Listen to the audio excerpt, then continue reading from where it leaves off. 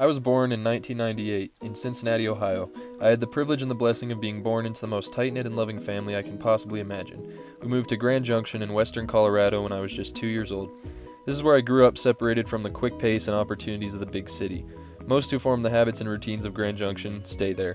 I grew up safe in my world with no concept of what it means to feel unsafe or forgotten. My first steps into a classroom were at Tope Elementary School, less than a mile away from where I'd go to high school. I quickly became a regular attendant of disciplinary meetings with my parents and removals from class. Most of what I remember is feeling as though my teachers weren't looking out for me, but instead tolerating me. When middle school started, I did not live in the same district of the school where all my friends were heading. I instead started from scratch and had to build new friendships. I still paid little attention to my teachers until 8th grade, when my U.S. history teacher finally managed to do something no teacher had: engage me. Middle school felt more like a pit stop. I entered high school unenthusiastically, disheartened by the long road in front of me. However, I would come to learn more about myself and where my road should take me than ever before. For the first time, I had teachers that wanted me to succeed. My dad taught at the same school. I took his class my freshman year and for the first time experienced the blurring of the division between a teacher and a caring mentor. Without even realizing it until years later, I had for the first time felt welcomed in school, and by my own father. I watched current students laugh and joke with him, and I watched people a decade older come into his classroom and tell him of the impact he had on them. However, the concept of a safe space was always missing from school. The teachers felt it too. They addressed it. I came to understand the inherent responsibility of teaching, to protect your students and make them feel as though they are safe physically, socially, and emotionally. I had spent my time in this place. As I contemplated college, I knew I wanted a change of scenery. Grand Junction is beautiful, but I felt trapped and like I wouldn't be happy there. I traded the backyard mountains for skyscrapers 250 miles away from anyone I knew. Denver felt real to me, like I could do something here. I settled into the dorms, apprehensive about this new experience. As though the city itself welcomed me, I met 8 of the closest friends I had ever had in my first week. Everything began to change faster than I could keep up with. School was no longer a filler of my time. I needed to contemplate my future. I remembered the teachers who had made an impact on me: Mr. Prickett, Mrs. Childs, Mrs. Reed, my dad. They were all history teachers. I never liked school, and if I had to pick an area to study, I was going to choose the only one I could tolerate. What I was not prepared for was just where this choice would leave me. While it felt like decades to get to college, it was now moving faster than I could even keep up with. My history classes were slowly replaced with education classes. Little did I know how strongly I would end up feeling the call towards teaching.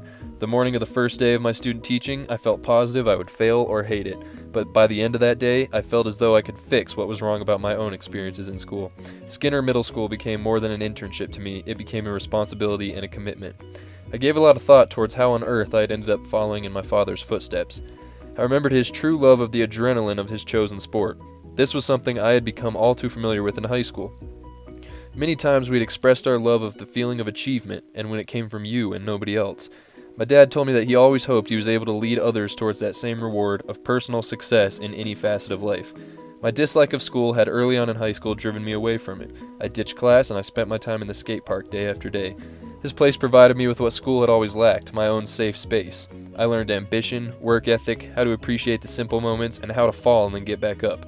This was something I shared with my friends, and they were the only part of school I had really ever been connected to.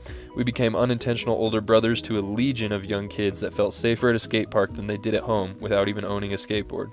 While I met lifelong friends everywhere in Denver, my relationship with the children in the skate parks of Junction had changed me. I now felt guilty for leaving the place I couldn't wait to get out of. Who would be there for these kids if we weren't?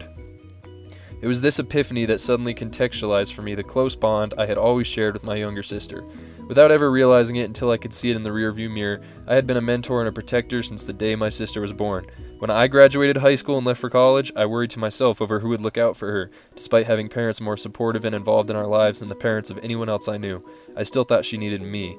I blinked my eyes and I was attending her graduation, where she was no longer a child. She was more ready to conquer the challenges in her life than I will have ever been for the ones in mine.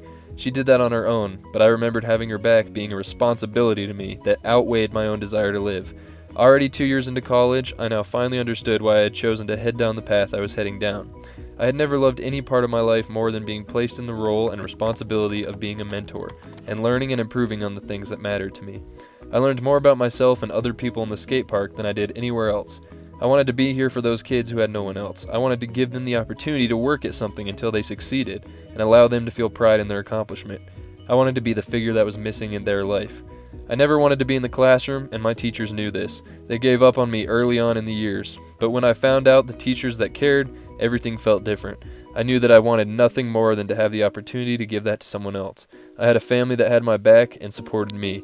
I went to school in middle-class neighborhoods with essentially non-existent crime. I didn't need a teacher to motivate me to allow me to succeed. I had my role models at home. The kids in the skate park did not. I found a purpose like nothing I had felt before, and I never looked back.